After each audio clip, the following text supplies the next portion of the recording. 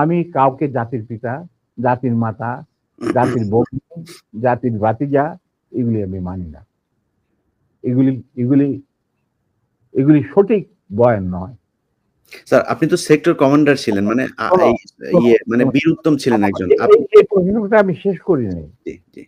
আমরা এই যে সভ্য সমাজ তথাকথিত যেখান থেকে আমরা গণতন্ত্রের সবক নেই, যেখান থেকে আমরা মানবাধিকারের সবক নেই, যেখান থেকে আমরা শিখি হোয়াট ইজ ব্যক্তি স্বাধীনতা,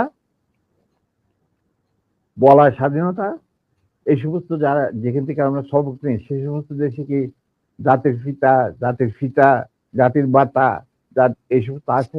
বলো কোন দেশ আছে? ইউএসএ তে কয়েকজনকে তারা মানে ইউএস এর ফাউন্ডার মনে করেন। ফাউন্ডিং ফাদারও কেউ বলে না। দেখো Nelson Mandela was a friend of mine, উনি তো কোনদিন একসেপ্ট করে নাই যে তো তাকে বলা হোক জাতির পিতা। কেনিয়াটা, জম্মু কেনিয়াটা, ওনাকে তো জাতির পিতা বলা হয় না। প্যাট্রিক লুমুম্বা অফ জাম্বিয়া, ওনাকে তো জাতির পিতা বলা হয় না। স্যার পিতা যদি বলা হয়, যেমন ভারতে এই কালচার আছে, কিন্তু ভারত যদি ভারতের কালচারকে মানবো কেন? না, যদি মানা হয় সেই ক্ষেত্রে স্যার মোহাম্মদ আলী জিন্নাহ বাংলাদেশের জাতির পিতা হবে, কারণ সে দুই জাতি তত্ত্বের ভিত্তিতে দুই রাষ্ট্র গঠন করে দিয়ে গেছে। আর মোহাম্মদ আলী জিন্নাহ কোনোদিনই যদি হয়, যদি তারা করতেই চায়, তো তাহলে সে হবে। শোনো, জি sir, I am very straight. কারণ আমার দাদা নানারা সব ছিলেন ইয়ারট্রাইব ফ্রম দি আলিগড়। তারাই প্রতিষ্ঠা করছে মুসলিম লীগ নওয়াজ শরীফুল্লাহ সাহেবের নেতৃত্বে। I come from a political family. My father was the GS of Dhaka University. ঠিক আছে? Now he became the leader of the youth and student front of Muslim League. ওনারাই গিয়া বিলেত থেকে নিয়ে আসছিল জিন্নাহকে টু প্রোভাইড লিডারশিপ। তাদের এক point agenda, মুসলমানদের যেন স্বাধীন দেশ চাই, নো আদার থিং। এবং প্রথম গুলি খায় এই পাকিস্তান আন্দোলনের মুভমেন্টে কারমাইকেল কলেজের একটা ছাত্র, যেই প্রসেশনের নেতৃত্ব দিচ্ছিলেন আমার বাবা, বুঝলে? অতএব আমার মনে হয়, আমি জিন্নাহকে যতটুকু জানি, তিনি নিজেও কোনোদিন জাতির পিতা হিসেবে খেতাব নিতে রাজি হতেন। জি স্যার। স্যার আমাদের অনেকগুলো খুব গুরুত্বপূর্ণ কোশ্চেন আছে, যে কোশ্চেনগুলো মানুষ অনেক এই 50 বছর অপেক্ষা করছিল। আমরা দ্রুত কোশ্চেনে যাই। পরের কোশ্চেনটা স্যার মানে ইয়েস নো স্যার, দুই এতে জবাব। আমার দর্শকরা, তোমার দর্শকরা, আপনার দর্শক স্যার, তোমার দর্শক, আমি আমার দর্শক বলবো না, যে তোমার দর্শক। আই এম প্রিভিলেজড, তুমি আমার সাথে কথা বলছো এবং তোমার মাধ্যমে তারা আমাকে দেখছেন।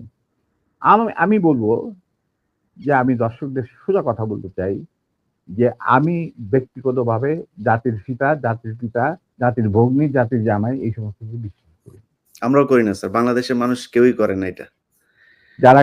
যাদের বোধগম্য থাকা উচিত, জাতির পিতা যদি বলতে হয় তাহলে বিশ্ব মানবতার পিতা হচ্ছে আদম আলাইহিস সালাম।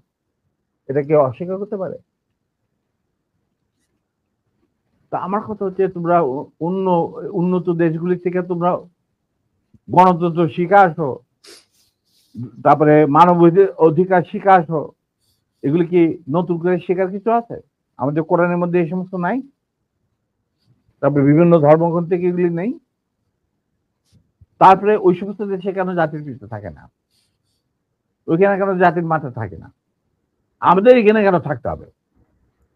ইন্ডিয়াতে কে জাতির পিতা? হুই ইজ জাতির পিতা অফ ইন্ডিয়া? বলো তুমি আমাকে। দেয়ার ইজ নো জাতির পিতা। হুই ইজ জাতির পিতা?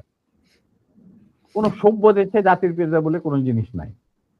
এটা হলো আমার শেষ কথা। এটা তো স্যার মুজিববাদ প্রতিষ্ঠিত করতে হবে। যাক স্যার, আমি এক কথা, সেটা একটা গ্রুপের একটা সেগমেন্ট অফ দি পপুলেশনের চিন্তা ভাবনা। না স্যার, সেগমেন্ট অফ পপুলেশন এটা আলাদা একটা রিলিজিয়ন। আওয়ামী লীগ হচ্ছে একটা ধর্ম, ওদের ধর্মের এই প্রফেট হচ্ছে গিয়ে শেখ মুজিব। এটা শুধু মানুষ না, ওরা আরেক জিনিস। এটাকে আপনি ঠিক করতে পারবেন। ওরা তো মানুষ না হলে অমানুষ হোক বা অন্য গ্রহ থেকে ওরা আগমন হোক, আমি বলবো তাদের মেন্টর যে ভারত, যেখানে এখন ওনারা গিয়ে আরামে এসে থাকতেছেন বাংলাদেশ থেকে পলায়া, কোনোদিন শুনি না কোনো প্রাইম মিনিস্টার পলায় যায়। আচ্ছা নিবে, ওনারা পলায় গেছেন। এখন ওই দেশটাতে কোন জাতির পিতা আছে কি বলো? নাই। তো আমরা কেন জাতির পিতা নেবো? কেন নেব? কি যুক্তিটা কি? বাংলাদেশের স্বাধীনতার ব্যাপারে বা স্বাধীনতা আগ পর্যন্ত বাংলাদেশকে পৌঁছানোর রাজনীতিতে কি শুধু মুজিবের অবদান ছিল? এখানে ভাষা নিয়ে নাম নিতে হবে না? ফজলুল হকের নাম নিতে হবে না? ফারুদ্দিন নাম নিতে হবে না? বলো তুমি আমি পরিষ্কার ভাবে। কেন? তাহলে মুজিব কিভাবে জাতির পিতা হবে? একমাত্র মুজিবই কি বাংলাদেশের ঠিকাদার? না, আমি সেটা মনে করি না।